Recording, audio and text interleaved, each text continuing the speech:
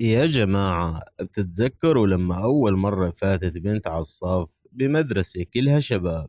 إيه، كان في رجة.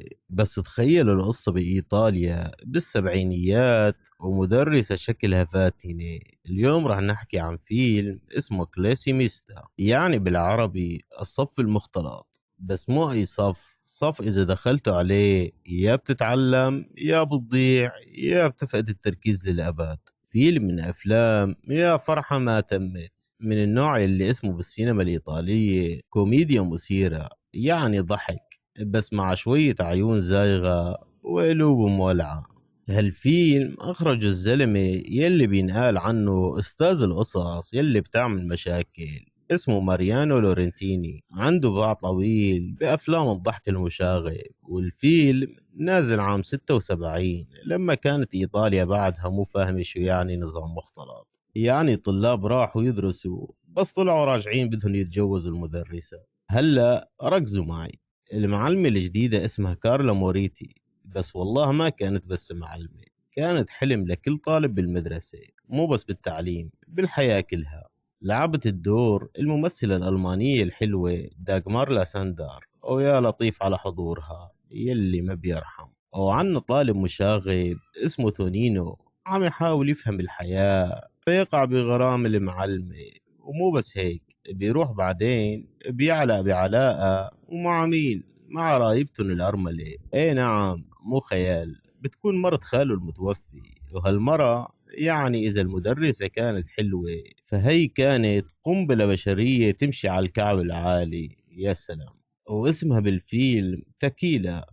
بتلعب الدور فيمي بونسي يلي كل ما بتطلع الكاميرا بتسخن. وبيناتهم في بواب المدرسة كيتشيو، عامل حاله حارس بس عيونه ما بتقصر ولا ثانية. والشاب الكوميدي أنجلينو يلي كل ما بيفتح تمه بتعرف انه راح يصير مصيبة. القصة بتبلش لما بتدخل المعلمة كارلا على الصف.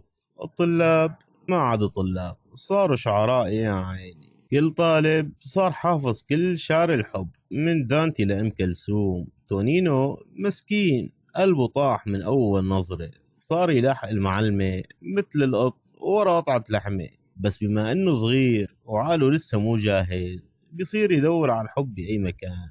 فشو بيصير يا حزركم؟ بتجي مرت الخال، اي نعم، أرملة جميلة وما عندها مشكلة تعلموا شوي عن الحياة الواقعية.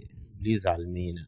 وفي قفزة درامية ما حدا فهمها، على صراحة فاهمها أنا بس متكاسل أشرحها. المعلمة وتونينو بينخطبوا سوا وبيتحبسوا بمكان اسمه ترولو، وهاد مكان شكله من مسلسل رسوم قديم. وهنيك بتصير لحظة رومانسية، أو خلينا نقول لحظة خطيرة. بعدها المعلمة بتنتقل على روما، وبتجي معلمة من نوع عسكري. يعني الفيلم انتقل من قصة حب لمعسكر تدريبي. الفيلم بيلعب على خط رفيع بين المضحك والمحرج، كتير مواقف بتحس حالك عم تضحك وبنفس الوقت عم بتقول استغفر الله.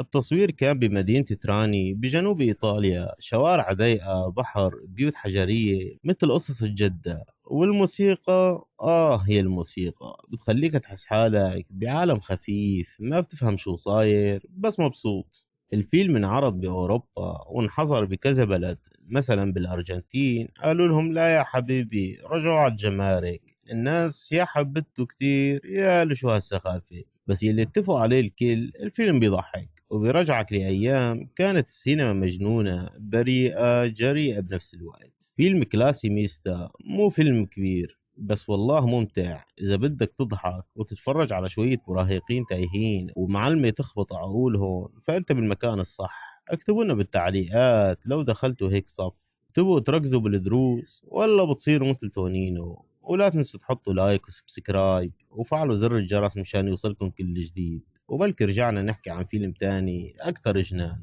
ودمتم سالمين.